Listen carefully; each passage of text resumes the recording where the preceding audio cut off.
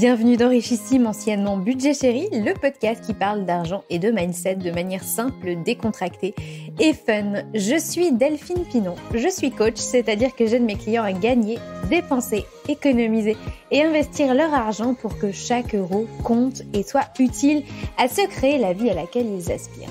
Ce podcast est mon kiff personnel que vous êtes plus de 30 000 à écouter chaque mois. J'y partage tout ce que j'apprends quotidiennement sur l'argent depuis plusieurs années, seule ou au contact de mes invités. Je partage des choses qu'on ne peut pas trouver en faisant une simple recherche sur Google. Je donne la parole à des gens extraordinaires qui nourrissent notre vision individuelle et collective de ce qu'est l'argent et de ce que ça veut dire pour chacun d'entre nous. Je vous aide à comprendre comment vous fonctionnez avec l'argent. Je vous aide à comprendre ce qui coince pour vous, ce qui vous empêche d'aller là où vous voulez aller, ce qui vous donne l'impression de stagner, de manquer ou de vous limiter. Je vous partage les clés pour transformer votre vie comme j'ai transformé la mienne et celle de mes clients. Vous pouvez me retrouver également sur Instagram, c'est Richissime Podcast, pour des partages quotidiens et plus personnels. Et c'est aussi sur Instagram que je présente toutes mes offres de coaching et d'accompagnement, et là où vous pouvez me contacter directement en message privé.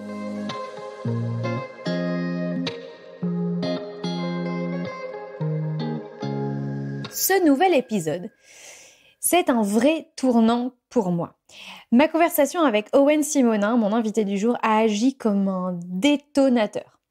Parce qu'Owen est inspirant, parce qu'Owen est ouvert, bienveillant, transparent, fun et gentil, et ça ne fait pas de mal dans le monde dans lequel on vit.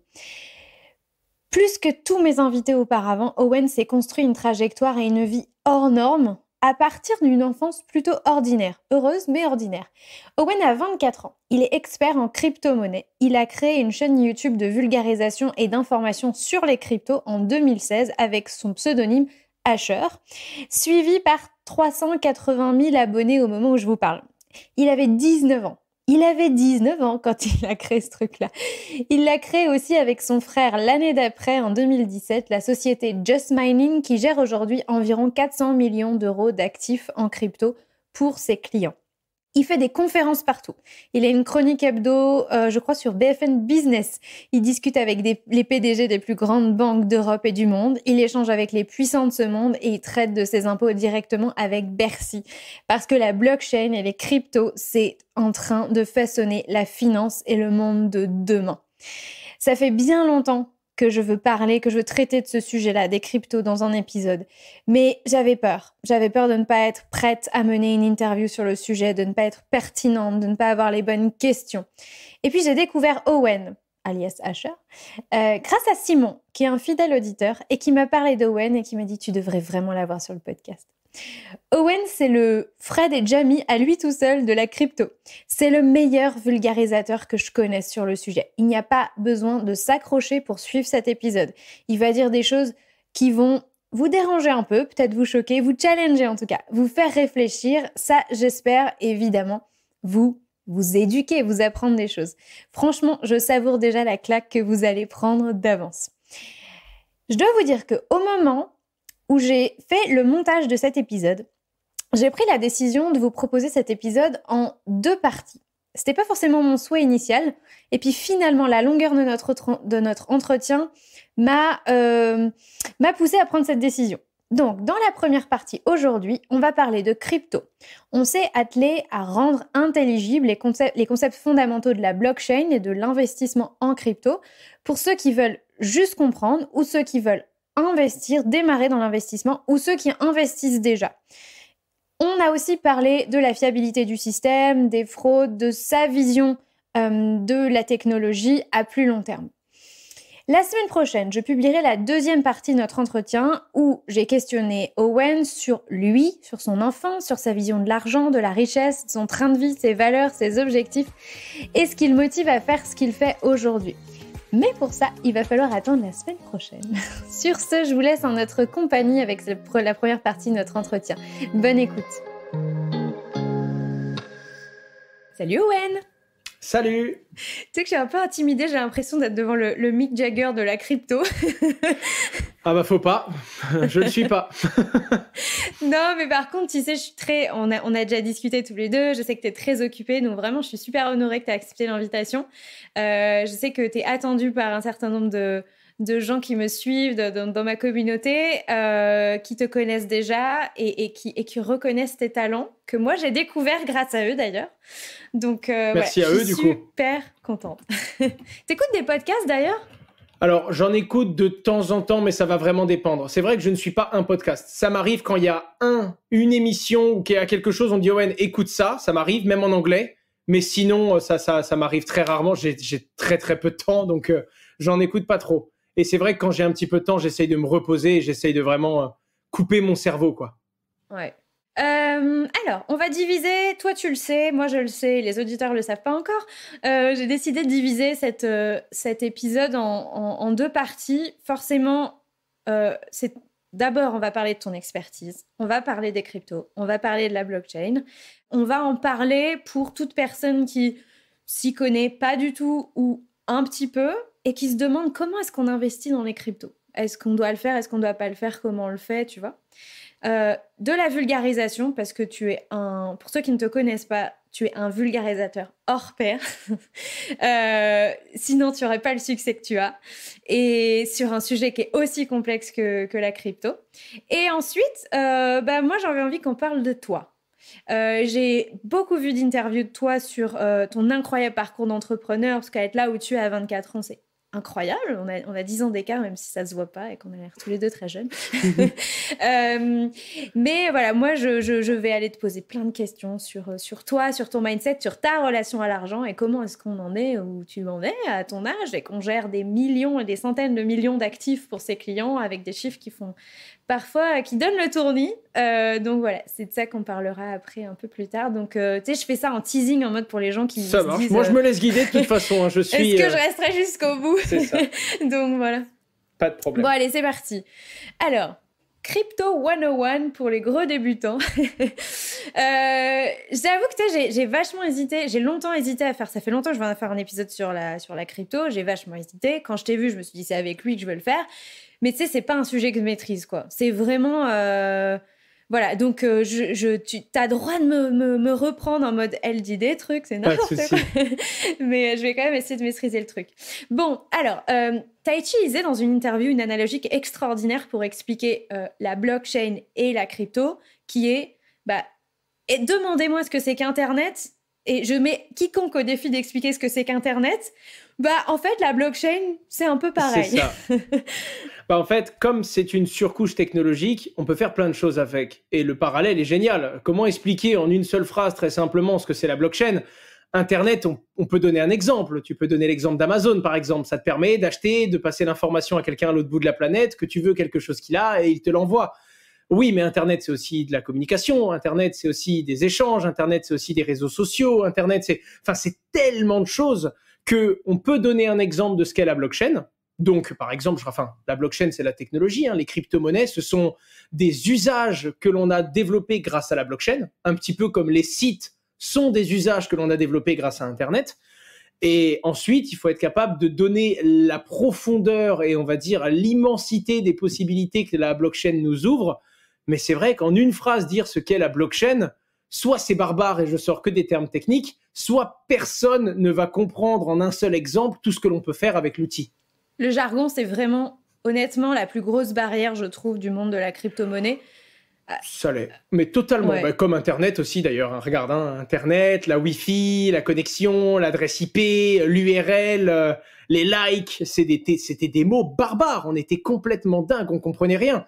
Et maintenant, j'ai utilisé que des mots que toutes les personnes qui nous écoutent ont reconnus.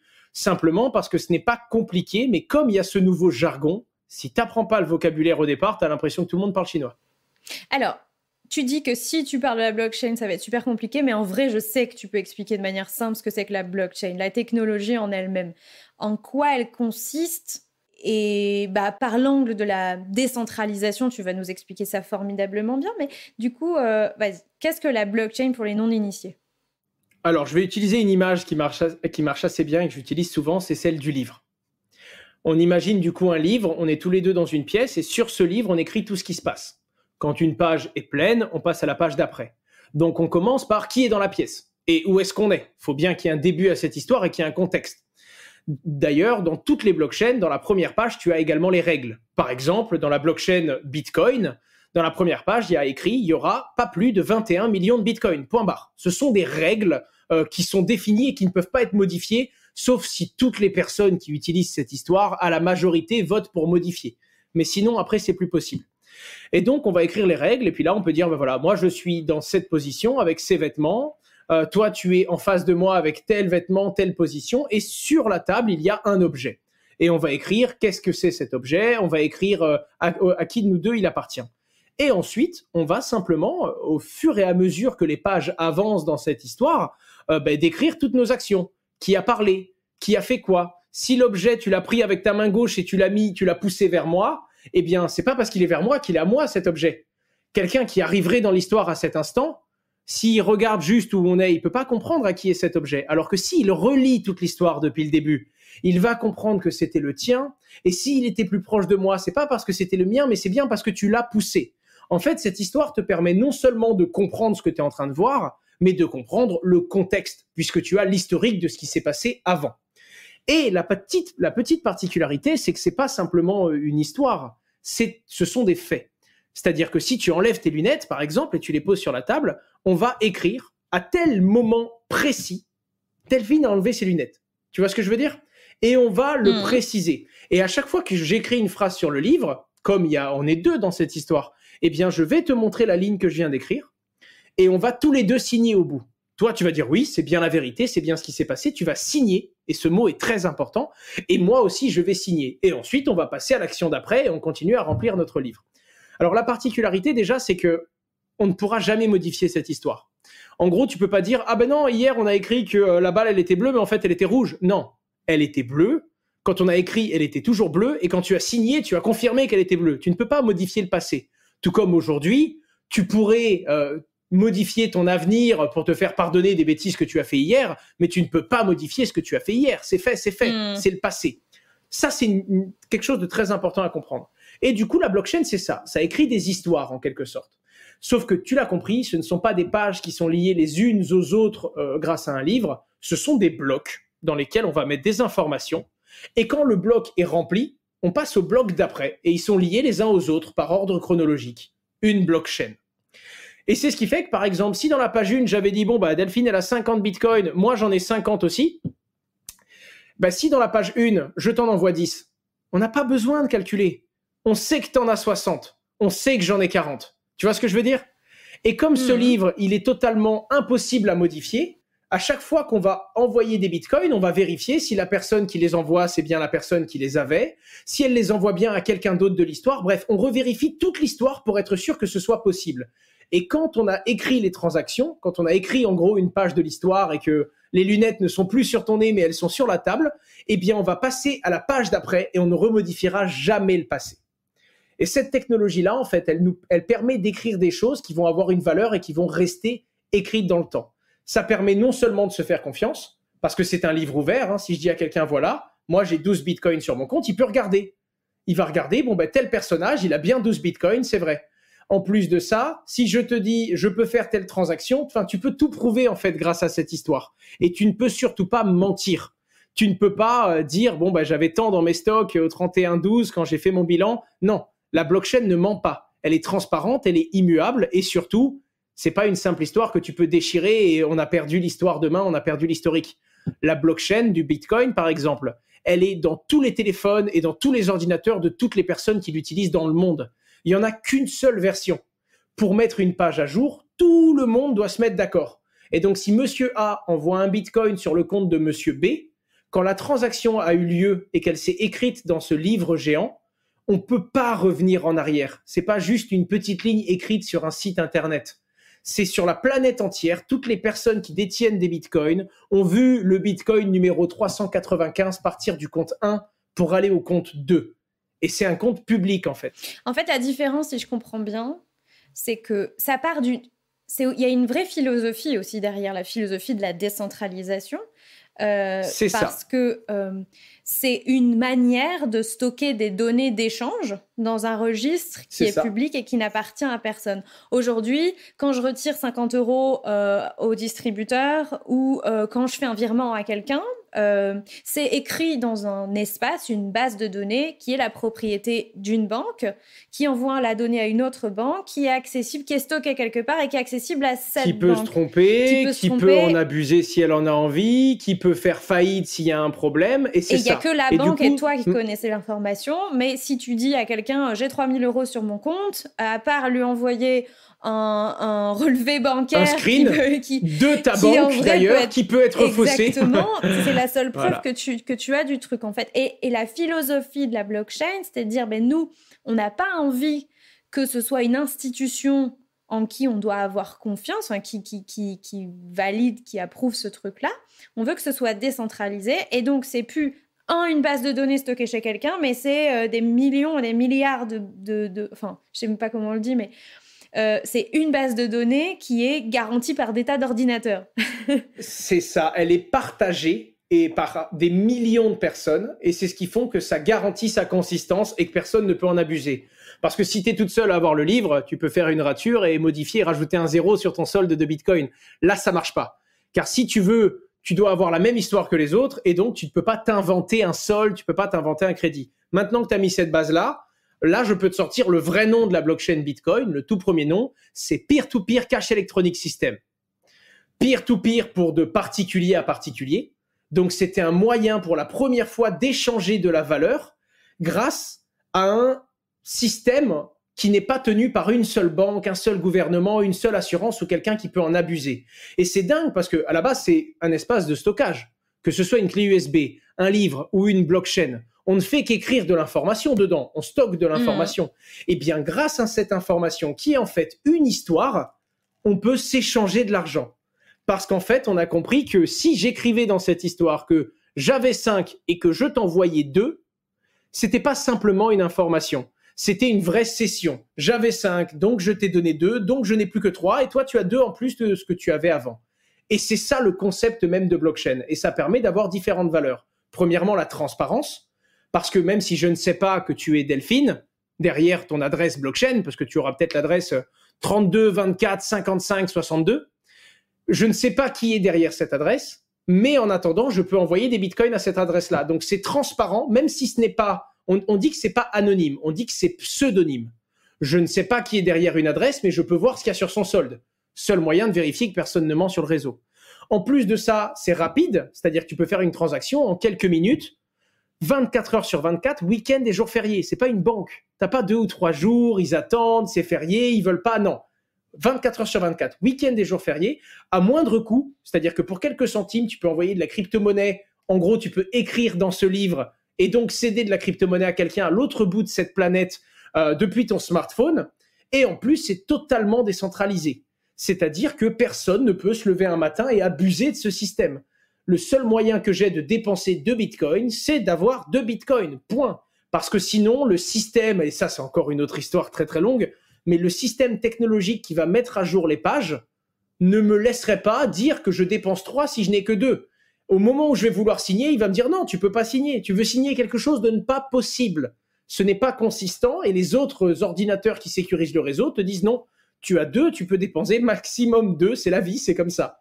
Et il y a des doutes. Est-ce que des gens dans le monde ont encore des doutes, enfin des initiés, sur la fiabilité de la technologie, tu vois, sur ce côté infalsifiable, sur ce côté... c'est quelque chose qui est discuté ou pour tous les initiés, il n'y a pas de sujet sur ce... Pour les initiés de Bitcoin, il n'y a aucun sujet. Alors, tu as évidemment des gens qui arrivent, qui ne comprennent pas, qui disent est-ce que c'est vraiment sécurisé? Parce qu'au début, quand tu ne comprends pas le truc, tu en as peur, c'est normal. Pour les gens qui connaissent Bitcoin, il n'y a plus aucune discussion, puisque la technologie elle-même n'a fait en sorte de ne pas laisser le doute. C'est simplement pas possible. Point. Par contre, il y a déjà eu des discussions. Ok, mais si un jour quelqu'un arrive à faire ça, ok, mais si un jour quelqu'un arrive à dépenser 2 fois le même Bitcoin, par exemple, il arrive à faire croire au réseau que il a 2 Bitcoins, il les dépense à gauche et il les dépense à droite en même temps. Parce qu'il les a fait passer en même temps, parce qu'il a essayé d'écrire dans la même phrase, parce qu'il a essayé... Tu vois, il y a plein de possibilités.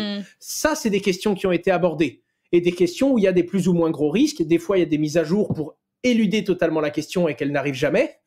Et des fois, on se dit non, c'est pas possible parce que pour faire ça, on devrait avoir 51% des ordinateurs de la planète. 51% des ordinateurs de la planète qui sécurisent Bitcoin, eh ben Facebook, Amazon et Twitter réunis, ils sont même pas à 4%. Problème réglé.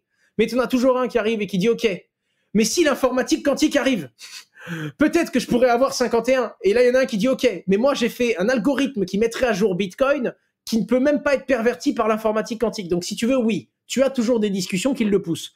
Mais actuellement, depuis 2009, Bitcoin a un uptime supérieur à celui de Google. C'est-à-dire que sur 100 jours, Google fonctionne 99,9 jours. C'est un uptime presque parfait. Ça fonctionne presque tout le temps. C'est quoi Eh bien, Bitcoin... C'est quoi un uptime, pardon? C'est ça. Un uptime, c'est le temps de fonctionnement. Okay. Sur 100 jours, Google a fonctionné 99,9 jours. Eh bien, Bitcoin est à 99,989. Donc, c'est une boule de neige qui a été lancée en haut d'une montagne. Comme tu l'as compris, il n'y a pas une personne qui contrôle ou qui dirige le système. C'est vraiment décentralisé. C'est tous les gens qui l'utilisent, qui le sécurisent et qui le maintiennent. C'est plein de gens comme toi et moi. Et ce truc fonctionne mieux que Google depuis 12 ans, 13 ans.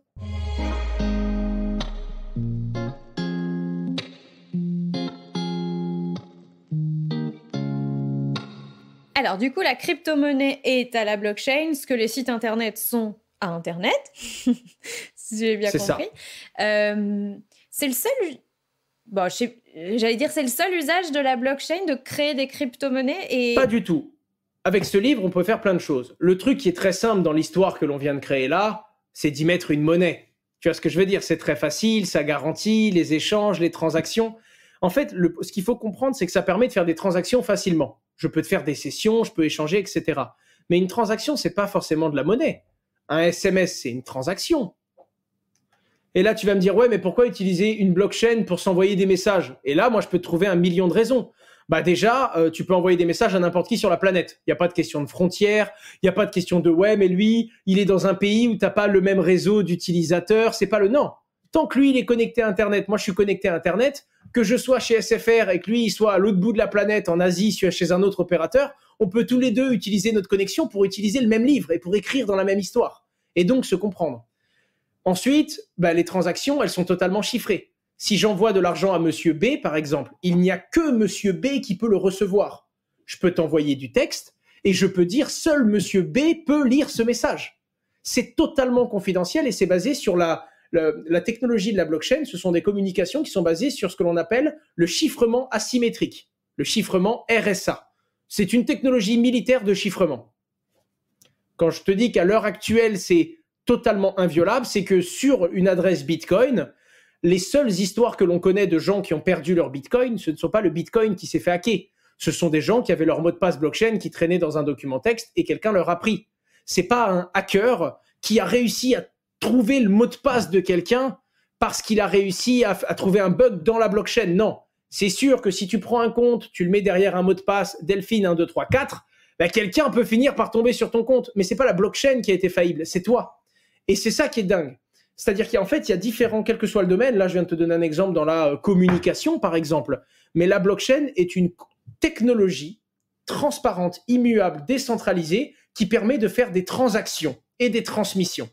Après, derrière transactions, il y a de la finance, de l'information, des droits. Regarde, là, on parle d'un notaire qui va devoir donner des droits à ta famille quand tu seras décédé. Pourquoi pas simplement dire à la blockchain, voilà, ça c'est mes droits, ça c'est mes biens, ça c'est mon argent, parce que la blockchain, le Bitcoin c'est de l'argent. Si jamais je décède et que la blockchain arrive à le voir parce qu'elle est connectée à plein de systèmes d'information, ou alors si je ne touche pas à mon compte pendant 4 ans, je peux régler dès maintenant et dire, bon, 24% de mon argent ira sur cette adresse, c'est celle de mon frère, 21% ça va aller là, et puis je peux mettre 19% les restos du cœur, par exemple. Tu peux régler. Et pourtant, bon, on ne parle pas d'envoyer de l'argent simplement, on parle de programmer comment ça se passera quand je n'interagirai plus avec le monde et la technologie. Donc la blockchain, c'est un outil qui est tellement large que je ne pourrais pas te dire en une phrase ce qu'il permet de faire, mais dès que tu vas me demander un exemple dans un domaine, que ce soit le monde du sport, de la musique, de la cinématographie, de la finance, je vais pouvoir te donner un exemple fou que la blockchain va révolutionner. Donc, Une crypto-monnaie, c'est, si j'ai bien compris, j'ai regardé plein de vidéos Internet. Et ça qui est marrant, en fait, c'est des équipes de gens, de plutôt profils techniques qui décident de créer, en utilisant cette technologie, une monnaie qui a des caractéristiques. En fait, chaque monnaie a des caractéristiques qui sont différentes. Tout à fait. Quelle est donc la plus grosse, évidemment, c'est le Bitcoin. En plus, je t'entendais dire dans une vidéo, c'est aussi celle qui utilise le plus de fonctionnalités de la blockchain. Non, pas forcément. Bitcoin. Pas Bitcoin.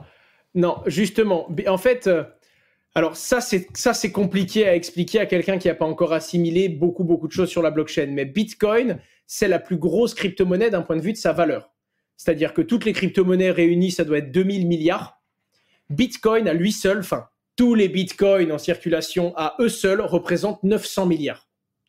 On dit que la dominance du Bitcoin est de 43% à l'heure actuelle. Mais Bitcoin, c'était la preuve que c'était possible. La preuve que de façon décentralisée, on pouvait communiquer. Maintenant, il y a des blockchains qui vont encore plus vite, qui consomment encore moins d'énergie, qui te permettent pour moins d'1 centime d'euro de faire des centaines de transactions par seconde. Et donc, à ce moment-là, tu te dis, non mais attends, Bitcoin, c'est 3 à 10 transactions par seconde. C'est bien, mais pour te donner un ordre d'idée, le réseau Visa qui permet de faire des paiements, le réseau de carte bleue, le matin de Noël, il monte à 5000 transactions par seconde. Autant te dire que le réseau Bitcoin n'y suivrait plus. Le réseau Bitcoin, avec ses 3 à 10 transactions par seconde, à Noël, on aurait un peu de temps d'attente pour payer en caisse. Donc, Bitcoin, c'est celui qui a montré que c'était possible d'être à la fois décentralisé, transparent, utilisé de tous et surtout contrôlé par personne, par aucun leader. Mais il y a maintenant des technologies plus rapides pour le paiement, avec des transactions moins coûteuses. Tu as des technologies qui sont un peu plus lentes, pas forcément moins coûteuses, mais beaucoup moins transparentes, qui peuvent par exemple permettre à des entreprises de travailler en interne, mais sans avoir à communiquer à l'extérieur. Tu as des blockchains et des crypto-monnaies qui, elles, le but, c'est de transférer des droits. Tu as par exemple un badge avec une puce blockchain. Eh bien, quand tu as certains tokens, tu peux ouvrir la porte du fond du local. Quand tu n'as pas ce token, tu ne peux pas ouvrir la porte du fond du local. Le but, c'est absolument pas de te dire, bon, tu as de la crypto-monnaie qui te donne de l'argent. Non. Cette crypto-monnaie, si tu l'as dans ton badge, le badge, il va te permettre d'ouvrir la porte. Tu vois ce que je veux dire ? Ouais. Et donc, il faut vraiment bien comprendre qu'il y a différentes technologies et on est encore en train de se battre. Bitcoin a montré que le moteur pouvait exister. Là, tout le monde est en train de se battre. Ouais, mais il y a le moteur à eau, il y a le moteur électrique, il y a le moteur à essence. Et là, on est en train de tester plein de nouvelles technologies blockchain. On appelle ça des blockchains d'infrastructure. Et naturellement, à un moment, la plupart des nouvelles crypto-monnaies vont se baser sur la technologie qui sera la plus rapide, la plus facile à configurer, la moins coûteuse, la plus rapide à mettre en place. Tu vois ce que je veux dire ? On est encore en train de définir la base sur laquelle on va construire les usages demain. Comment se valorise une crypto-monnaie? Est-ce qu'il y a un référentiel? Est-ce que c'est une question d'offre et de demande? Totalement. C'est la réponse. C'est l'offre et la demande. C'est-à-dire que là, je vois actuellement, le Bitcoin est à 44 000 $. Pour le petit clin d'œil, il a perdu 7,44% aujourd'hui et c'est un peu tristonnet. Bref, si le Bitcoin est à 44 000 $ à l'instant où on parle, c'est parce qu'il y a des gens un peu partout sur la planète qui l'échangent et qui acceptent de l'acheter ou de le vendre à 44 000 $. En gros, si en Asie, il s'échange à 44 003 $, qu'en France, il est à 43 998 et qu'aux US, il est à 44 001 $, ça te fait un prix moyen et ça te dit, voilà, là, maintenant, tout de suite, le Bitcoin est à 44 001 $, parce que c'est le prix moyen auquel il est échangé pendant qu'on parle. Ok, et sur le simple fait que moi, je suis prêt à l'acheter à ce prix-là, parce que j'estime qu'en l'achetant à ce prix-là, et vu ce que j'en espère comme rendement, ça me satisfait. Vu sa trajectoire de croissance et la demande qui augmente, ça me satisfait encore de l'acheter à ce prix-là. Tu vois, c'est un peu ça le... Ok, d'accord. C'est ça. Alors, évidemment, il y a des gens qui achètent du Bitcoin pour autre chose. Maintenant, il y a des entreprises qui ont besoin de cette crypto-monnaie. Il y a des protocoles dans la finance décentralisée, en gros des protocoles financiers qui utilisent que la blockchain, pas de banque, que ce soit pour faire des prêts, des emprunts, des assurances. La blockchain peut assurer des gens. La blockchain peut vous permettre d'emprunter, donc c'est des trucs de fou. Et des fois, on n'achète pas que du Bitcoin pour son prix. Tu peux l'acheter parce que tu en as besoin pour autre chose. Puis au Salvador, c'est une monnaie. Au Salvador, c'est une monnaie légale qui est acceptée dans toutes les grandes surfaces. Au McDonald's de Salvador, on peut payer en Bitcoin. Donc, faut rappeler que les gens ne l'achètent pas simplement pour valeur spéculative, même s'il faut le reconnaître, tout comme les gens qui investissaient beaucoup d'argent dans les sites internet dans les années 2000, ils investissaient pas parce qu'on allait révolutionner la musique, non, ils investissaient parce qu'ils pariaient que ce site internet allait révolutionner la musique dans le futur et qu'ils allaient gagner de l'argent en investissant dessus. Donc il y a beaucoup de gens qui investissent dessus que pour la spéculation, mais il commence à y avoir des gens qui vont sur les crypto-monnaies pour leurs usages. Et d'ailleurs, tu penses que la plupart des crypto-monnaies ont pour finalité de devenir des monnaies utilisables dans le monde réel ou pas forcément? Pas du tout. Alors, il y en a, oui, et elles le disent clairement, un paiement plus rapide, cross-frontière, très peu coûteux, une monnaie stable qui permettra à tous les pays de... Oui, il y en a qui proposent ça. Il y en a d'autres qui disent non, pas du tout. Moi, j'ai un protocole qui permet de faire ça, qui permet de faire voter, je sais pas moi, les fans d'un club de foot pour le prochain hymne du club. Le token est lancé, il a une valeur. Alors évidemment, il y a des gens qui vont l'acheter. Il va avoir une valeur, le token, parce que par exemple, pour toi et pour moi, ça représente rien. Mais pour un grand fan du club qui adorerait que sa musique soit écoutée, pour lui, ça a de la valeur. Et donc, il va en acheter pour proposer ses idées au club. Et donc, à ce moment-là, le token aura une valeur. Mais à aucun moment, le jeton de ce club a prévu d'être utilisé dans toutes les banques de la planète pour paiement. Tu vois ce que je veux dire? Ouais, carrément. Du coup, est-ce qu'aujourd'hui, acheter une crypto, c'est comme on fait du trading et on achète on achète du yen, on achète du dollar. Enfin, au final, on parie en fait sur le cours des monnaies. Donc là, est-ce qu'il y a un parallèle ou est-ce que c'est complètement, ça n'a absolument rien à voir juste parce que la technologie est différente? Alors, il y a un parallèle dans le sens où c'est ce que 90% des gens font aujourd'hui. Et pour être totalement franc, pourquoi les crypto-monnaies prennent beaucoup de valeur? Parce que les gens ont compris le potentiel de l'outil. Et du coup, il y a beaucoup de gens qui arrivent et qui, avec des euros ou des dollars, achètent ces outils. Par contre, donc c'est pareil, quand on ouvre un compte sur un échange de crypto-monnaies, on voit les acheteurs, les vendeurs, on peut positionner un ordre. C'est comme quand on va acheter des actions Peugeot en bourse, c'est vraiment pareil. À la différence que c'est un monde qui est en train de se créer. Et donc, c'est très volatile. Il y a des crypto-monnaies qui valent rien, il y a des crypto-monnaies qui prennent ou qui perdent 10, 20, 30, 40% par jour. Donc, c'est de la folie. N'importe qui peut créer sa crypto-monnaie. C'est pas encore régulé, c'est pas aussi facile de rentrer en bourse que de lancer sa crypto-monnaie, par exemple. Donc, il y a de tout et de rien. Donc, le parallèle, on peut le faire. Mais il faut avoir conscience que, comme c'est une très jeune technologie, si on y va les yeux fermés et qu'on met de l'argent n'importe comment, c'est du pile ou face, quoi. On rentre, on met vraiment de l'argent, on ne sait pas si on va gagner ou si on va perdre. La deuxième chose, c'est comme c'est très volatile. Bon, alors, les gens pensent qu'il y a de l'argent facile, parce qu'on entend des gens qui ont fait x4, x5 sur les crypto-monnaies, c'est faux. L'argent rapide existe parce que ça va très vite, mais si on peut gagner très vite, c'est simplement parce qu'on peut perdre très vite, c'est tout. L'argent facile n'existe pas. L'argent rapide, oui, mais bon, ça va dans les deux sens. Donc, si vous voulez gagner ou perdre de l'argent très rapidement, vous pouvez aussi aller au casino, par exemple. Ça marche aussi. C'est ça que je veux dire. Là où les crypto-monnaies peuvent être un bon investissement, c'est vraiment quand on en comprend quelques-unes et qu'on a creusé sur les valeurs, sur ce qu'elles proposent techniquement, et qu'on fait un pari non pas sur 3 semaines, parce que là c'est du pile ou face, mais bel et bien sur 3-4 ans, parce qu'on y croit et parce qu'on pense que les valeurs qui sont derrière sont fortes, et que, en gros, on mise pas sur le Twitter ou les Facebook de demain, mais on mise sur la technologie qui un jour verra naître un Twitter, un Facebook ou un Google, si je me remets dans l'image qu'on avait tout à l'heure avec Internet. Toi, t'as eu à un moment donné un usage spéculatif des cryptos. Est-ce que tu en as toujours? Est-ce qu'une partie de tes investissements en crypto est toujours spéculative? Ah oui, évidemment. Déjà parce que c'est quelque chose que je connais. C'est-à-dire qu'au début, on investit sans connaître dans les crypto-monnaies. Maintenant, c'est quelque chose que je connais bien. Et puis, on a monté Just Mining. Notre société, c'est une société d'investissement sur les crypto-monnaies prometteuse et qui a de l'avenir, selon notre point de vue. Donc forcément, oui, on investit beaucoup dans les crypto-monnaies et c'est même notre métier. Surtout qu'investir et s'investir dans les crypto-monnaies, il y a plein de choses. Je donne un exemple. Dans le monde centralisé, quand on va souscrire à une assurance, on va payer. On va payer pour s'assurer.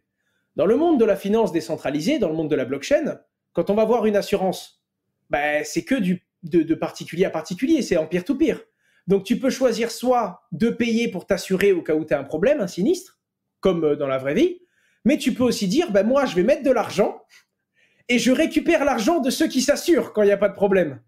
Du coup, c'est moi qui suis devenu l'assureur. Comme c'est décentralisé, Tu peux aller partout. Donc, investir sur une assurance, c'est soit la créer, soit acheter la crypto-monnaie de cette assurance, soit aller déposer de l'argent dans le protocole de la blockchain pour payer les gens qui ont des sinistres, mais pour récupérer leur commission s'il n'y en a pas. Donc, investir dans le monde de la blockchain et des crypto-monnaies, il y a vraiment différents chemins. Et les 3 les plus connus, c'est le premier, c'est on achète de la crypto-monnaie, on espère que ça prenne de la valeur. Si ça monte, tant mieux. Si ça descend, tant pis. Le deuxième, c'est acheter une entreprise dans le monde de la blockchain. Mais bon, c'est pas donné à tout le monde. Tu vas avoir une entreprise qui vend, qui achète des bitcoins et tu la rachètes. Et la troisième, c'est participer au protocole. Comme c'est décentralisé, il n'y a pas de banque, mais il faut bien qu'il y ait des gens qui fassent le travail d'une banque. Tout comme il n'y a pas d'assurance centralisée, mais il faut bien qu'il y ait des gens qui prêtent de l'argent à des gens qui ont besoin de s'assurer.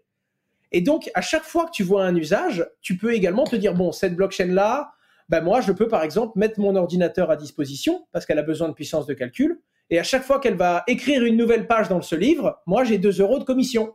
À la fin de la journée, moi, j'ai 5 € de commission. Mon ordinateur a dépensé 2 € d'électricité. Donc, je suis rentable. C'était rentable pour moi de le laisser tourner. Et à chaque fois que tu regardes une crypto-monnaie et que tu comprends comment marche son écosystème, tu vas te rendre compte que tu peux faire plein de choses pour participer à cet écosystème, pour le développer, pour le sécuriser. Et la blockchain peut te rémunérer pour ton travail. Alors, si je comprends bien, parce que j'ai regardé une super vidéo de toi, je vous la conseille. Tu l'as publiée il y a très peu de temps d'ailleurs. Comment choisir sa crypto avant d'investir ? Oui. C'était la première partie. J'attends avec impatience la deuxième partie. C'était cet été. Et donc, tu donnes des choses, mais qui sont hyper accessibles en plus, pour choisir sa crypto. Mais moi, ce que j'ai compris, c'est que c'était quasiment tu choisis un projet. C'est comme quand tu paries sur une start-up et que tu veux investir dans une start-up. Tu choisis la fiabilité d'un projet, est-ce qu'il y a du fond derrière, etc. Et donc, ensuite, tu as plusieurs manières de le faire. Soit tu achètes un token qui est un centième ou je sais pas, une partie d'une monnaie. Soit, effectivement, tu décides de participer, comme tu disais, à son protocole. Et donc là, tu décides de te faire rémunérer pour mettre à disposition la puissance de frappe de tes ordinateurs. Par exemple. Ok, d'accord. Mais tu vois, tu peux avoir... Alors c'est ça, on est bon, mais je te donne un exemple. Il y a des blockchains, elles ne veulent pas la puissance de ton ordinateur. Il y a des blockchains, elles vont te dire, voilà, moi, ce que je veux, c'est que tu me montres que tu as bien 1000 jetons de ma blockchain. Et si tu t'engages à les bloquer, moi, je te les bloque, je te les rends dans 1 an, mais en échange, je te donne 8% d'intérêt. C'est du stacking. C'est du stacking, exactement. Et si tu veux, en gros, c'est ça. Comme la blockchain, elle, n'est pas contrôlée par une entreprise, elle a quand même besoin de plein de choses. Je te donne tout à l'heure l'exemple de l'assurance décentralisée. Imagine qu'il y ait quelqu'un qui dit, voilà, moi j'ai eu un sinistre. Normalement, dans la vraie vie, tu as un expert qui vient vérifier que tu mens pas. Parce que sinon, c'est trop facile. Tu prends ta voiture dans ton garage, tu prends un marteau, tu l'éclates, et puis après, tu appelles l'assurance et tu t'en fais payer une nouvelle. La blockchain, elle ne peut pas venir vérifier. Par contre, la blockchain, elle peut dire, bon, je propose à toutes les entreprises du monde qui sont expertes en assurance 4 000 € en échange d'aller vérifier pour moi et de me dire si oui ou non c'est une arnaque ou pas. La blockchain, c'est un algorithme, mais elle peut rémunérer des gens, rémunérer des services, rémunérer des entreprises pour faire tout ce qu'elle n'est pas capable de faire. Ça reste décentralisé, mais elle peut très bien prendre 1% de ce qu'il y a dans l'assurance pour payer un expert. Et pour avoir le cœur net, elle va te proposer une nouvelle voiture car tu n'es pas une malade qui a éclaté sa voiture dans son garage toute seule. Tu vois ce que je veux dire ? Ouais. Donc, toi, en fait, et on va parler de Just Money après ta boîte, mais toi, ce que tu veux donc investir, et toi, en tant que plateforme intermédiaire, parce que c'est hyper intéressant ce que tu fais avec Just Money, mais toi, en tant que plateforme intermédiaire, tu, entre guillemets, est-ce que tu sélectionnes des projets ou est-ce que globalement, tu permets aux gens d'investir un peu dans tout, mais surtout, tu les guides en disant, si toi, tu veux plutôt, t'es plutôt celui qui... T'es prêt à acheter des tokens et tu veux un rendement régulier et tout, etc. Et t'es prêt à bloquer ton argent pendant un petit moment. Ok, t'es plutôt un bon profil pour du stacking. Si t'as un profil légèrement geek, t'as de la place chez toi et que tu payes pas cher ton électricité, ok, on va aller te diriger vers... alors, du coup, c'est du mining, c'est ça ? C'est ça, tout à fait. Ok. Et sinon, si t'as juste envie de voir si tu peux gagner au jeu de la crypto en perdant, gagnant, etc. et acheter une valeur, ça marche aussi. C'est ça, mais est-ce que tu joues le rôle de présélectionneur ou ils passent par toi, mais ils peuvent faire ce qu'ils veulent, un peu comme on a un PEA ou une assurance vie, on peut acheter beaucoup de choses, quoi. Je devrais te dire non, mais en réalité, oui, comme le PEA. Comme le PEA, pardon. Non, dans le sens où c'est pas mon job de présélectionner. Je propose un accès très facile à toutes les blockchains et toutes les méthodes de sécurisation de blockchain via Just Mining. Que ce soit du stacking, du mining. Je te donne un exemple. Normalement, un miner, tu dois l'acheter, configurer l'ordinateur, mettre le bon logiciel, le connecter à Windows, le connecter à la blockchain. Le mineur valide des transactions, il génère des commissions, il te les envoie en crypto, tu les vends en euros. Bref, tu as envie de mourir. Eh bien, Just Mining, tu as envie de faire du minage, on va te proposer une machine, tu la reçois chez toi, tu la branches à Internet, électricité, et tu appuies sur Start. Elle te fait un virement à la fin du mois. Ça, c'est mon métier. Quelle que soit la crypto-monnaie ou l'investissement qu'a envie de faire le particulier, moi, je transforme ça en un service. Tu as envie de faire du stacking, tu sais pas où acheter la crypto-monnaie, tu sais pas comment la mettre dans un validateur qui va te rapporter des commissions. Sur Just Mining, tu sors ta carte bleue, tu appuies sur OK, ça te dit tu vas payer tant. Ça, c'est les risques, tu les acceptes, oui ou non, et nous, on t'achète la crypto-monnaie et on la travaille pour toi pour générer des intérêts. En fait, on va faciliter. C'est ça ce que fait Just Mining, te permettant de faire des choses très complexes dans la blockchain, mais très simplement.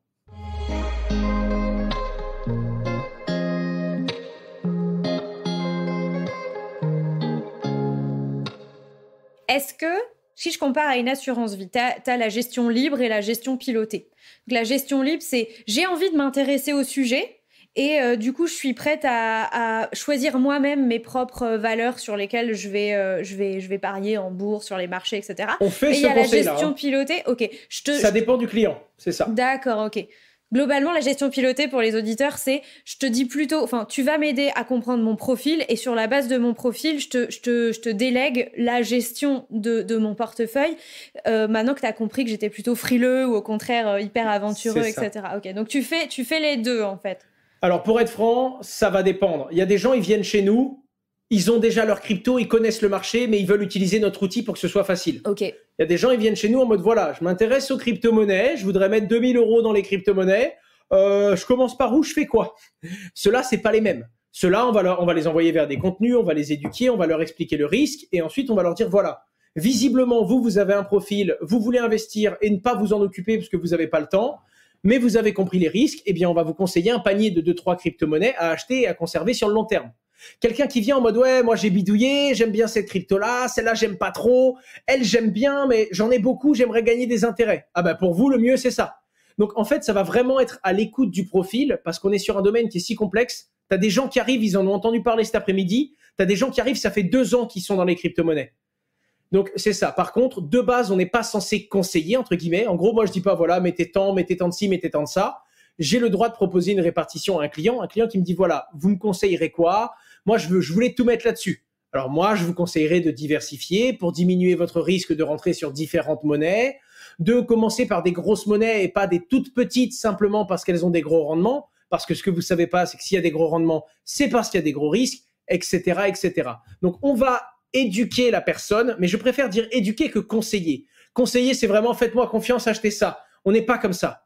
Par contre, nous, on peut vous dire voilà, maintenant vous avez le niveau de connaissance nécessaire pour pas vous casser la figure trop rapidement. Là, vous avez compris. Et c'est ça le vrai truc qu'on va éduquer et le vrai conseil qu'on va faire à nos clients. On va les suivre sur les premières étapes de l'éducation. Mais d'ailleurs, c'est important que tu précises ça dans ton positionnement parce que je t'ai entendu dire à maintes reprises qu'effectivement, le domaine étant complexe, c'est la porte ouverte à beaucoup d'arnaques.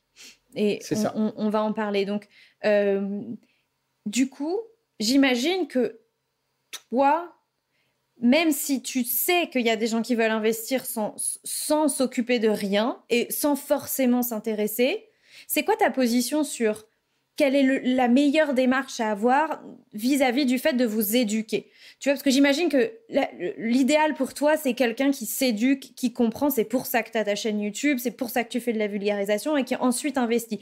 Seulement, on n'est pas naïf. Tu vois, c'est comme dans l'investissement immobilier. Il y a des gens qui sont prêts à aller à donf et à comprendre tout sur la fiscalité, surtout sur machin. Et il y a des gens qui veulent acheter clé en main et jamais gérer et qui veulent bien que d'autres gèrent à leur place, même s'ils comprennent rien à la fiscalité, que peut-être ils perdent plein d'argent en n'y comprenant rien, mais ils veulent pas gérer, ça leur va.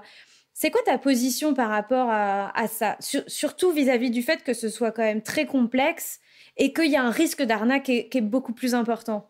Alors, la seule chose qui peut me faire ne pas insister pour qu'un client comprenne, c'est vraiment qu'il me dise « Ouais, non, je sais que je peux tout perdre, j'en ai rien à cirer. » c'est vraiment non significatif pour moi, c'est pas intéressant. À ce moment-là, si le mec veut mettre un montant, je peux le laisser même s'il n'a pas compris. Sinon, de base, ça m'est déjà arrivé de refuser des relations. Hein. Moi, j'ai des clients qui m'ont dit tiens, 5 millions, mets-les où tu veux. Je dis non, 5 millions, je dois comprendre qui vous êtes, ce que vous voulez, où ça va. Ouais, non, c'est pas ce que je t'ai demandé, moi je les mets là et tout, mais est-ce que vous avez conscience des risques? Non, mais les risques, ça m'intéresse pas non plus. Moi, je te dis, mets ça, répartis ça comme tu veux. Ce client-là, c'est dangereux pour ma boîte de le prendre. Ouais. Surtout qu'on est dans un monde où, à la base, les gens, quand ils perdent de l'argent, ils appellent. Il y a déjà des gens qui ont été portés plainte parce qu'ils ont connu le Bitcoin grâce à moi. Ils ont acheté du Bitcoin. 1 an et demi après, le Bitcoin est tombé. Ils se sont dit, oh, bah, j'ai connu le Bitcoin grâce à lui, c'est sa faute, il va me rembourser. Quand on est dans ce monde-là, on se doit d'être très clair avec les gens. Et d'ailleurs, nous, on ne veut pas de clients, on veut des partenaires en réalité. Des gens qui vont venir, et c'est les clients qui fouinent le plus qui nous font avancer. Le mec qui dit, vous avez vu ce protocole-là, il est pas mal, j'en entends de plus en plus parler. Et là, on a nos techs qui creusent, qui disent, waouh, c'est génial, il y a des bons intérêts, c'est assez sécurisé, on va le proposer aux gens. Donc, on veut une bonne relation avec nos clients. Ça m'est déjà arrivé pour vous dire que quand le marché se casse la figure violemment, c'est un de mes plus gros clients qui m'appelle en mode, ça va, vous tenez la barre les gars, ça va pas trop mal? Le mec, il a perdu 22% de la valeur de son portefeuille dans la journée. On a besoin d'être dans cet écosystème-là. On a besoin d'avoir des gens qui ont envie de comprendre un minimum. Alors oui, quelqu'un qui vient me voir en mode Monsieur Simonin, j'ai pas le temps de m'intéresser à la blockchain. Je n'en ai même pas envie, pour être franc. Mais je crois en ses fondements et je pense qu'il y a un vrai potentiel. J'aimerais mettre 200-300 euros par mois sur du Bitcoin de côté. C'est un montant qui est raisonnable pour moi. Je peux me permettre de le perdre et j'ai bien compris les risques. Celui-là, j'ai pas besoin qu'il comprenne. Celui-là, il est raisonnable et il a été raisonné dans sa décision et dans sa position. Ce qui me fait peur, c'est quand je vois quelqu'un qui va tête baissée, que je veux lui faire comprendre et qu'en gros, j'arrive à saisir qu'il maîtrise pas du tout les risques qu'il prend. Ça peut m'arriver de dire je n'en veux pas. Par contre, quelqu'un de très rationnel, de très malin, qui me fait comprendre qu'il a pris ses précautions, il n'a pas le temps de comprendre les crypto-monnaies et de s'y intéresser, mais il veut mettre une petite part raisonnable de son capital parce qu'il pense que sur le très long terme, ça peut être intéressant, bah c'est comme si moi, j'investissais dans une boîte qui fait de l'informatique quantique. Ça m'intéresse, l'informatique quantique, mais je vais pas aller creuser ce soir les 0, les 1, les formes quantiques, le Schrödinger. Je vais passer au-delà de ça. J'ai la pertinence de comprendre que c'est une technologie suffisamment intéressante pour que ce soit peut-être valorisant à l'avenir. Je veux investir. Mais c'est pas pour autant que ce soir, je vais me mettre à lire des livres sur l'informatique quantique en long, large et travers. En fait, c'est juste ça. On doit comprendre la maturité et surtout le niveau de compréhension face au risque. C'est le plus important. Dans la vidéo que j'ai vue récemment, où tu guides les gens pour reconnaître les bonnes cryptos avant d'investir, enfin les bonnes cryptos, les cryptos qui leur conviennent, tu semblais dire que sur les centaines ou milliers de cryptos qui existent, ça se trouve, ça se compte en plus de milliers. Ouais, il y en a. Alors, les grosses qui sont référencées, parce qu'il y en a plein de petites qui ne le sont pas, les grosses référencées, il y en a 12 000 à l'heure actuelle. Tu avais l'air de dire qu'il y a beaucoup de cryptos qui sont en fait des pyramides de Ponzi. Tout à fait. Et tu d'ailleurs expliquais très bien dans la vidéo pourquoi tu ne veux pas te positionner et être un dénonceur public de ces cryptos en citant les noms, et l'explication est limpide et claire, et je ne vais pas du tout te demander de citer des noms, mais j'ai bien aimé le mécanisme que, en fait, il y a beaucoup de cryptos qui n'ont pas de force technologique, qui n'ont pas de vision, qui sont là pour exister, et qui, en fait, repose sur le principe de si tu me recommandes à un ami, tu vas gagner de l'argent. Et donc, ce système de referral, de recommandation, de parrainage, en fait, c'est ce qui fait gagner de l'argent à tout le monde, alors qu'en fait, il n'y a pas de fond derrière. Et visiblement, j'ai l'impression que, genre, c'est quoi? C'est 70, 80, 90% des... Pas du tout. Ok. 4 ou 5% à tout casser. Le problème, c'est que c'est elles sur lesquelles se tournent les débutants. En réalité, moi, j'en vois aucune.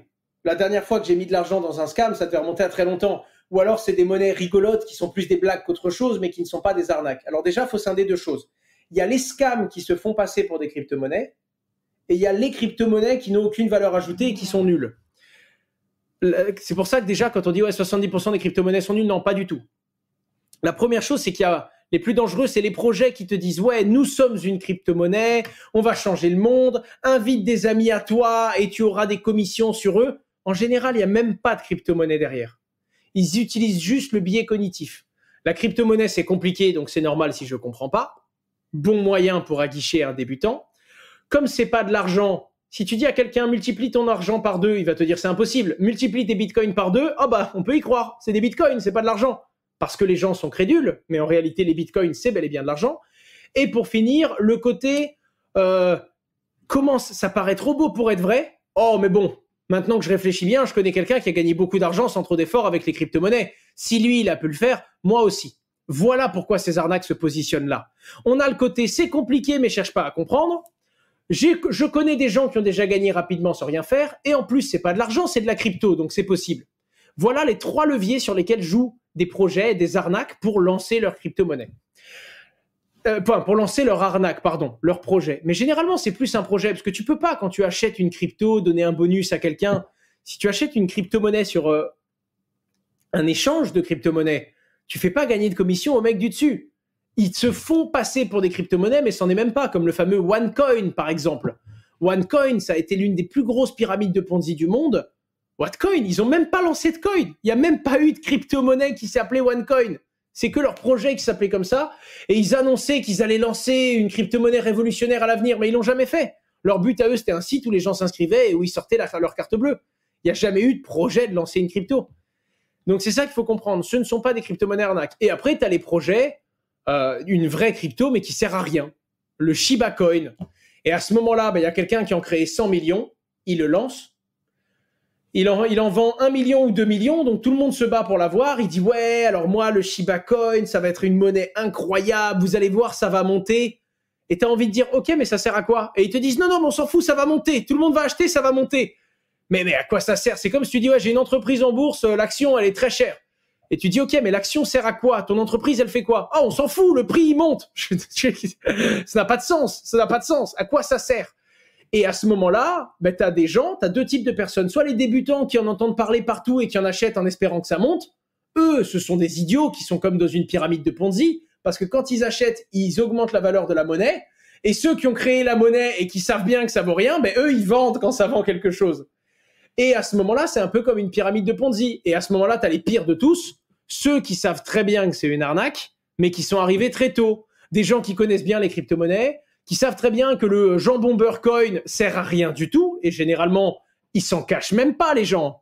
D'accord, le Shiba Coin, il a rendu des gens millionnaires, mais il a surtout rendu une petite poignée d'initiés millionnaires et une grosse chaloupée de débutants qui se sont fait éclater simplement parce qu'ils ont cru qu'en achetant du Shiba Coin, il ferait x4. Tu m'offres une bonne transition parce que avec une question, j'ai sollicité les auditeurs pour qu'ils puissent me poser des questions. Et d'ailleurs, c'est ce même auditeur, Simon, qui m'avait dit « Tu devrais faire un épisode avec Owen ».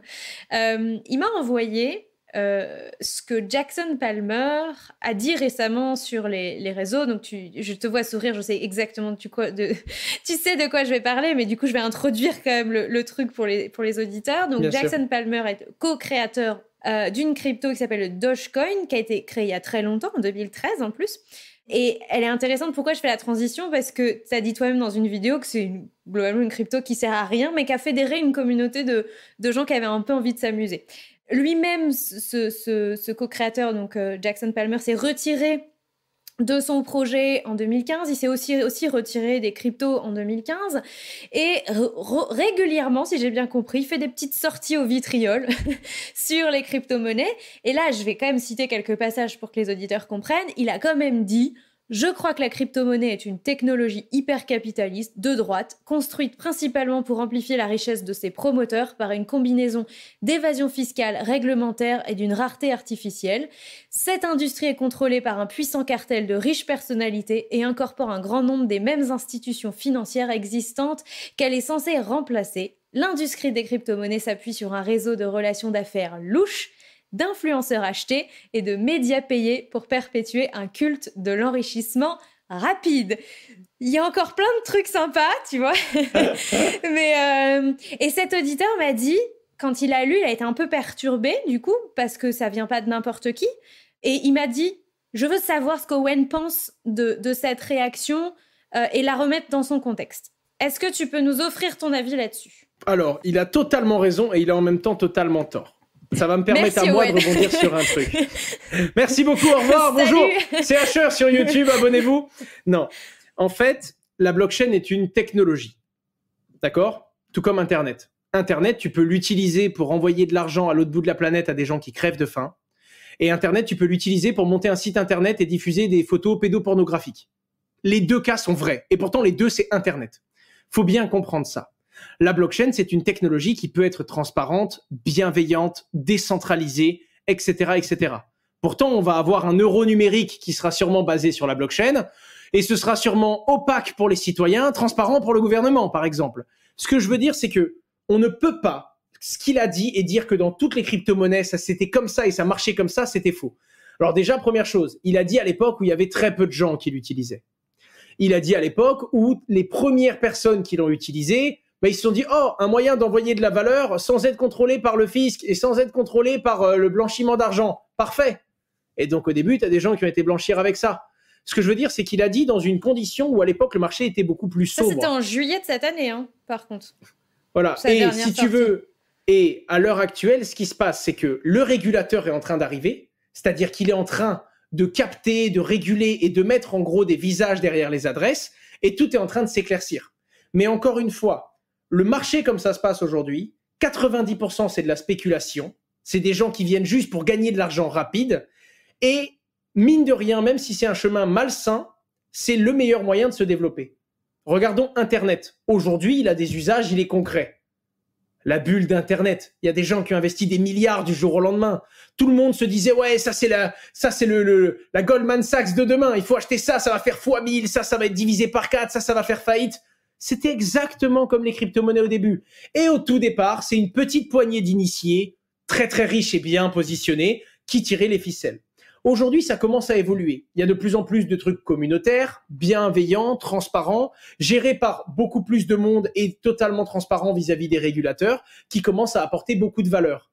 Malgré tout, j'aimerais dire qu'il n'y a personne qui en abuse. Moi, je connais des gens qui connaissent très bien la blockchain et qui, pour eux, c'est un très bon moyen de lancer une merde, de le faire valoir très très cher, lui faire prendre beaucoup de valeur très vite, parce qu'il y a des débutants qui vont y croire. Lui, il va s'enrichir énormément et ensuite il laisse crever le truc et il part sur un nouveau projet. C'est un moyen de collecter de la valeur aux plus crédules qui arrivent dans ce monde-là.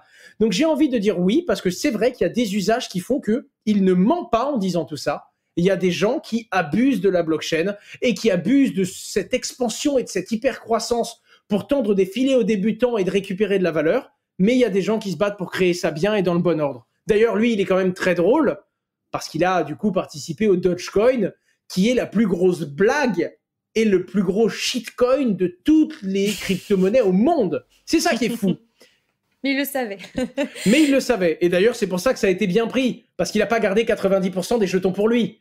Il a tout lancé d'un coup. Ça a vraiment été une monnaie communautaire. Il n'avait pas pour but de s'enrichir avec. Il avait pour but de montrer, regardez, c'est tellement une tendance, c'est tellement la mode. Même si je fais un truc pourri avec une tête de chien, ça va valoir des milliards. Et ça a valu des milliards. Parce que tout le monde a dit, vous savez quoi, on va lui faire avoir raison à ce mec-là. Et donc, il a voulu montrer. Par contre, réduire la blockchain à ça, ce serait totalement dommage. Tout comme, on ne peut pas réduire en mode et dire, Internet, ça sert aux pédopornographes. Non, pas du tout. Pas du tout. Internet, c'est bien plus large. Évidemment, il y a des horreurs. Sur le Bitcoin, il y a 0,26% de blanchiment d'argent. Sur le dollar américain, on est à 5%.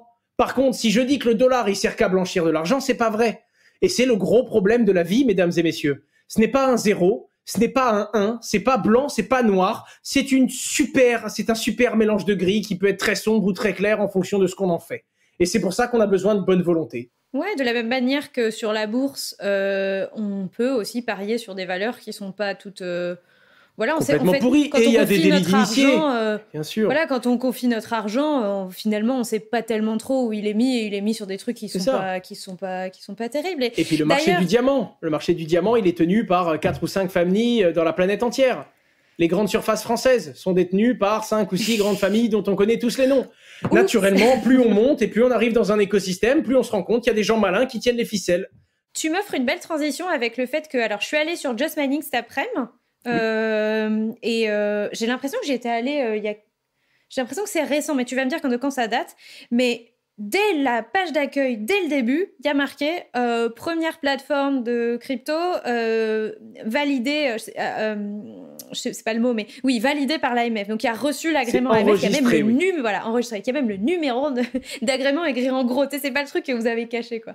Qu'est-ce que ça t'empêchait de faire? De pas être accrédité, déjà, je vais corriger ça. C'est pas la première à avoir été enregistrée. Okay. C'est la première à avoir été enregistrée sur notre segment, c'est-à-dire sur l'activité qu'on faisait, si tu veux. Alors, beaucoup de choses. En réalité, la même chose que ce qu'on faisait avant, mais de façon légale, parce que quand on a commencé, il n'y avait pas de cadre. Le cadre légal est arrivé après nous. Donc, il a fallu qu'on s'enregistre pour avoir le droit d'exercer dans ce cadre. À l'heure actuelle, nous avons le droit d'échanger des crypto-monnaies pour compte de tiers. Donc, échanger une crypto contre une autre crypto, comme bon nous semble, d'échanger de la crypto-monnaie contre des monnaies fiat, de l'euro ou du dollar, mais également d'échanger des monnaies fiat pour le compte de tiers contre des crypto-monnaies. Quand tu dis fiat, tu parles pas de la marque de voiture, non, je parle bien des euros et des dollars. On appelle ça des fiat currency. Non, encore une fois, tout le monde n'est pas... Non, c'est vrai, j'en oublie. Et c'est le problème, hein, c'est ce qui fait que la blockchain est compliquée. Des fois, on oublie qu'il y a des termes qu'on passe dessus comme si c'était évident, mais non. Les monnaies fiat, ce sont donc les monnaies plus traditionnelles que les gens doivent connaître, l'euro, le dollar, le yuan, etc. Et pour finir, la dernière truc, c'est qu'on a le droit de conserver de la crypto-monnaie pour compte d'autrui. Donc, on a le droit de détenir X milliers d'euros de crypto-monnaie qui appartiennent à quelqu'un. C'est ça que ça nous a donné le droit de faire légalement. Parfait. Et aujourd'hui, vous gérez combien de... Ça se compte en millions, je crois, d'actifs pour vos clients? Alors, ça bouge beaucoup en fonction du marché. Hein. On était à 400 millions il n'y a pas très longtemps, mais les crypto-monnaies sont un peu cassées la figure. On doit être à 350 millions aujourd'hui. En fait, je crois qu'il y a une semaine, quand on s'est parlé, c'était au-dessus de 400 millions. C'est ça. Ça bouge. Et pour être franc, on a dû taper une pointe à 500 millions. Mais le problème, c'est qu'on est naturellement sur un marché où il y a des plus ou moins 10% par jour, des fois. Donc bon, il n'y a pas de secret. Même si on arrive, nous, des fois, à protéger un peu mieux nos clients ou quoi, si nos clients veulent du Bitcoin, qu'ils achètent du Bitcoin et que le Bitcoin perd 10%, nos clients perdront 10%. Pour le coup, il n'y a pas de magie. Pour le coup, on n'arrive pas... Notre job à nous, c'est quand on sent vraiment qu'il y a une certaine tendance, on essaye de sécuriser et on essaye, quand quelqu'un est trop exposé, de lui faire prendre une partie de ses bénéfices ou de se diversifier. On a des clients, ils ont mis 1000 euros, ils ont fait x 150. On leur propose de récupérer 5 à 10 fois leur mise initiale. Ils disent non, je vais refaire x 150. C'est à ce moment-là qu'on doit arriver et leur dire attendez, si vous en êtes dans cet état d'esprit-là, c'est que vous avez l'impression que ça va toujours dans le même sens. Nous, ça fait 6 ans qu'on est sur ce marché-là. En général, et Just Mining, ça va faire presque 4 ans qu'on est du coup en tant que société, 4 ans et plus d'1 an qu'on va être régulé maintenant.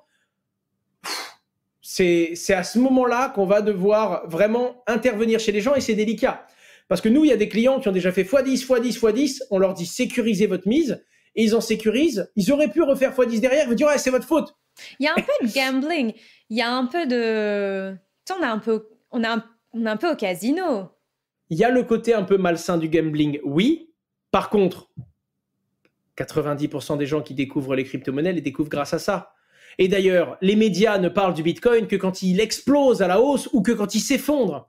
Et donc les gens s'intéressent au Bitcoin que quand il explose et quand il s'effondre. Et les gens qui restent, ce sont les gens qui finalement vont découvrir la technologie qu'il y a derrière. Et sinon, on a les pires des pires qui restent que pour le gambling et qui, eux, se rendent pas compte qu'ils rentrent dans un casino géant. Parce que maintenant, moi, quand j'investis dans une crypto-monnaie, c'est parce que je creuse, je regarde ses fondements et je me dis waouh, je vais en conserver pendant 4 ou 5 ans parce que je pense que ça va réellement régler un problème, un pain point du monde de tous les jours. Il y a des gens, ils n'arrivent même pas jusque-là. Il y a des gens, ils en ont rien à cirer. Il y a des gens, ils se disent ouais, ça c'est bien, ça va faire x2 demain, ça va diviser et tout. Et eux, ils viennent clairement dans un casino avec la même odeur, les mêmes sentiments et les mêmes objectifs. Mais la blockchain, c'est pas ça. Tout comme Internet au départ, il y avait ceux qui étaient là en mode ouais, ça va faire x10 demain et tout. Et il y a ceux qui disent non, l'objectif, c'est de faire une technologie qui permet de communiquer en temps réel avec n'importe qui sur la planète. Eux, ils se battaient pour une cause. C'est pareil. Bon. En vrai, j'ai encore plein de questions, mais je vais passer à l'autre sujet qui m'intéresse au moins autant si c'est pas plus, je te le cache pas. On va parler de toi. Merci à tous mes warriors des fins d'épisode. Pour aller plus loin sur le sujet de la crypto, je vous invite vraiment à passer du temps sur le compte YouTube de Owen. Donc c'est Asher, H-A-S-H-E-U-R. Il y en a pour tout le monde. Il y a des vidéos qui sont plutôt des vidéos d'experts, mais il y a aussi des vidéos de débutants extrêmement abordables. Franchement, si j'ai compris le truc, vous devriez les comprendre aussi. Par contre, c'est vrai que c'est pas en une vidéo que vous allez tout comprendre. Donc, il faut un peu farfouillé, mais franchement, ça vaut vraiment le détour. J'ai pas forcément, moi, l'intention d'investir en crypto, mais je suis sincèrement curieuse de l'évolution de cette technologie, de la manière dont ça va façonner le monde. J'aime aussi comprendre ce que peu de gens comprennent. Je pense même que je pourrais être capable de faire comprendre maintenant la blockchain à mes parents, c'est pour vous dire. La semaine prochaine, je publierai donc la deuxième partie de cet entretien exclusivement consacré à explorer la vie de Owen, jeune homme de 24 ans qui traîne avec les puissants.